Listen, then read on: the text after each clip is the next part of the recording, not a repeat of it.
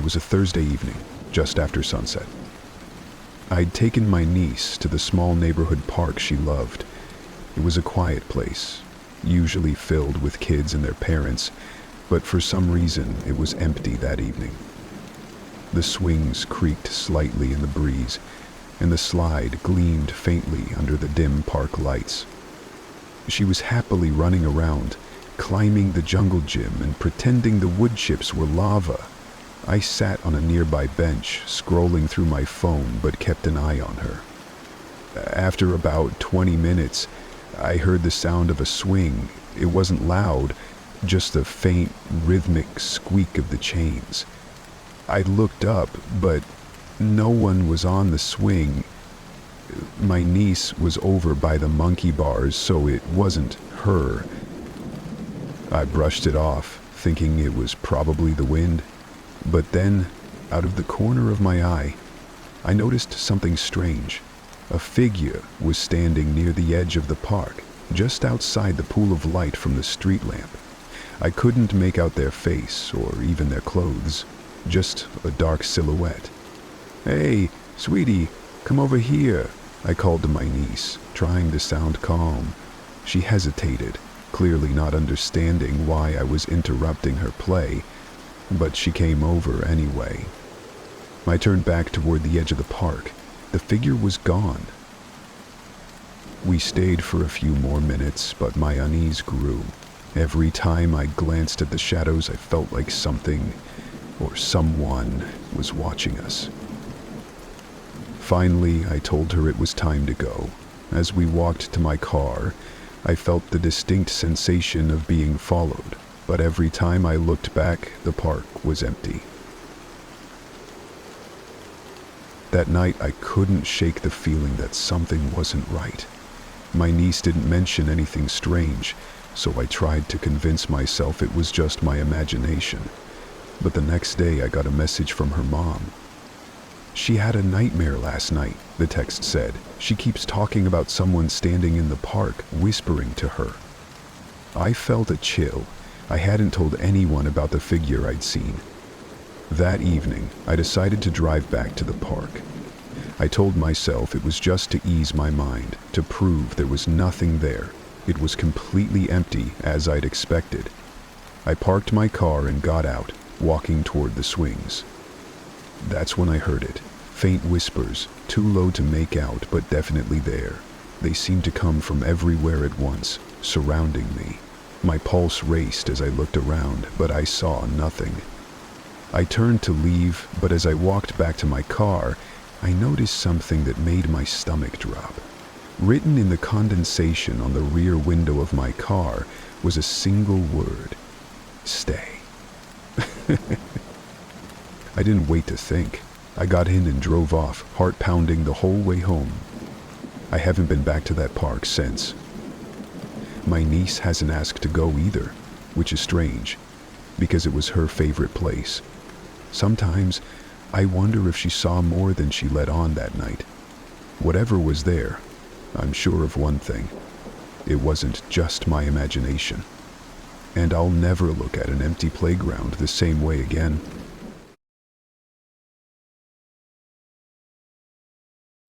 It was a Saturday evening, and I decided to take a late walk to clear my mind.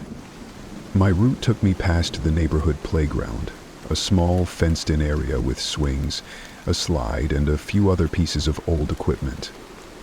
Normally, it would have been busy with kids during the day, but now it was silent and dark. As I walked by, something caught my eye. A single swing moved back and forth, slow and steady. There was no wind, no one around.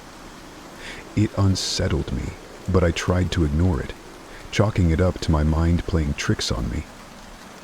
As I turned the corner and continued down the sidewalk, I heard the faintest sound of laughter. It wasn't the kind of cheerful laughter you'd expect from kids playing. It was faint, distorted, almost too far away to be real. I froze for a moment, straining to hear it again, but the sound was gone. I glanced back at the playground. The swing had stopped moving. Feeling unnerved, I quickened my pace, telling myself I was being paranoid. Later that night, as I lay in bed, I couldn't shake the feeling that something had been watching me. I brushed it off, convincing myself it was nothing. But as I started to drift off to sleep, I thought I heard that laughter again. Faint, but unmistakable, like it was coming from just outside my window. The next evening, I avoided the playground and chose a different route for my walk.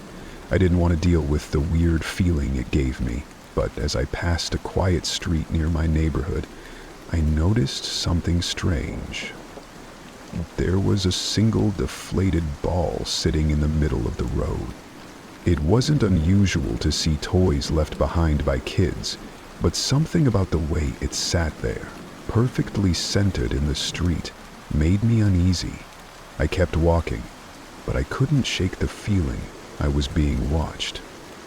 When I got home, I locked the doors and tried to relax. Later, as I sat on the couch, I noticed a shadow move across the backyard. My stomach sank. It was subtle, but it was there. Something or someone had passed by the window.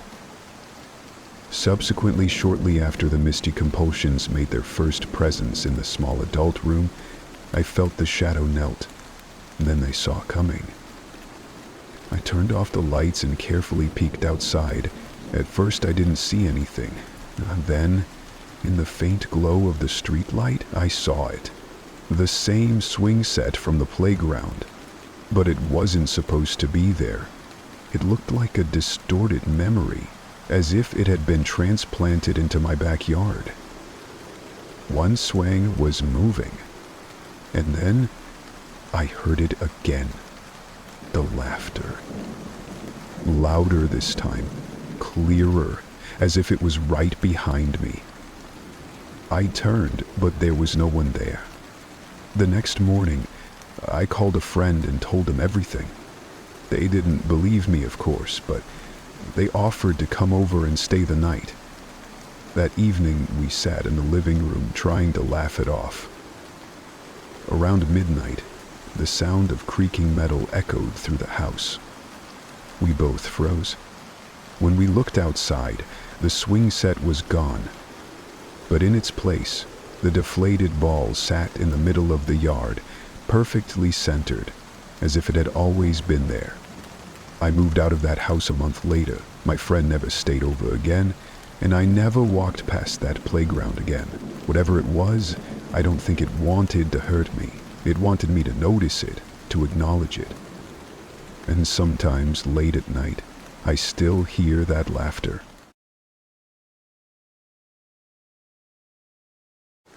A few weeks ago, I moved to a new neighborhood.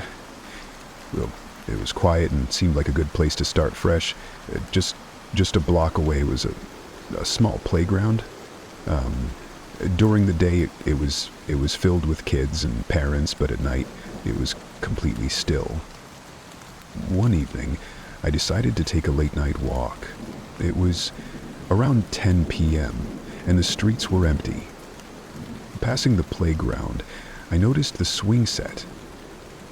One of the swings moved slightly, but there wasn't any wind. I figured it might have been from earlier and kept walking.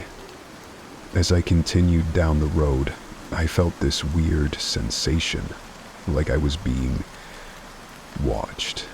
I turned around, expecting to see someone, but there was nothing. The playground stood still, bathed in the dim glow of a nearby street lamp. That night, I couldn't shake the feeling that something wasn't right. Around midnight, I heard a faint sound outside my window. It sounded like children laughing. I live alone, and there's no reason I should have been able to hear laughter that late at night. I got up and looked out the window.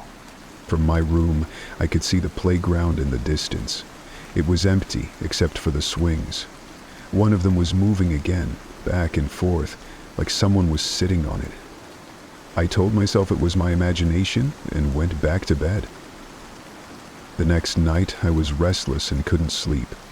Around 11 p.m., I heard it again, the laughter, This time it wasn't faint. It was clear, like it was right outside my window. I didn't want to look, but something compelled me. When I pulled back the curtain, my heart dropped. If there were children standing in the playground, not just one or two, but 5 or 6, standing perfectly still, facing the swings. Their backs were to me, and they didn't move. I couldn't understand what kids would be doing out there at that hour. Before I could process it, one of them turned and looked directly at my window.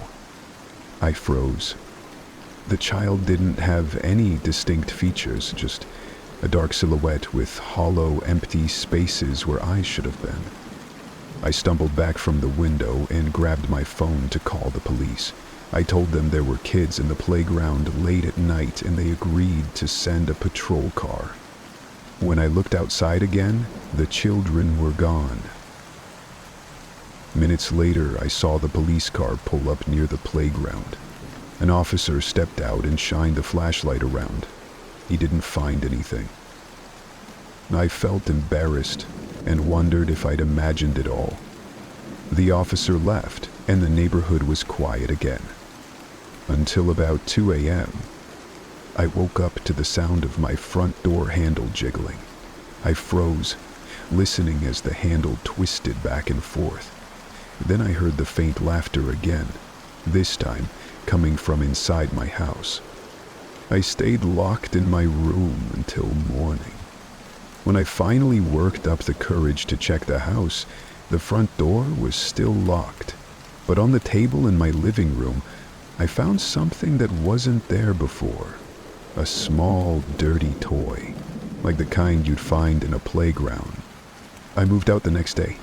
I don't know what I saw or why it followed me home, but I've never been near that playground again, and sometimes, late at night, I still hear the faint sound of laughter, no matter where I go.